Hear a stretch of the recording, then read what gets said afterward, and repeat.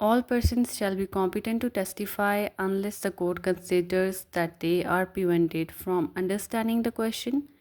put to them or from giving rational answers to those questions.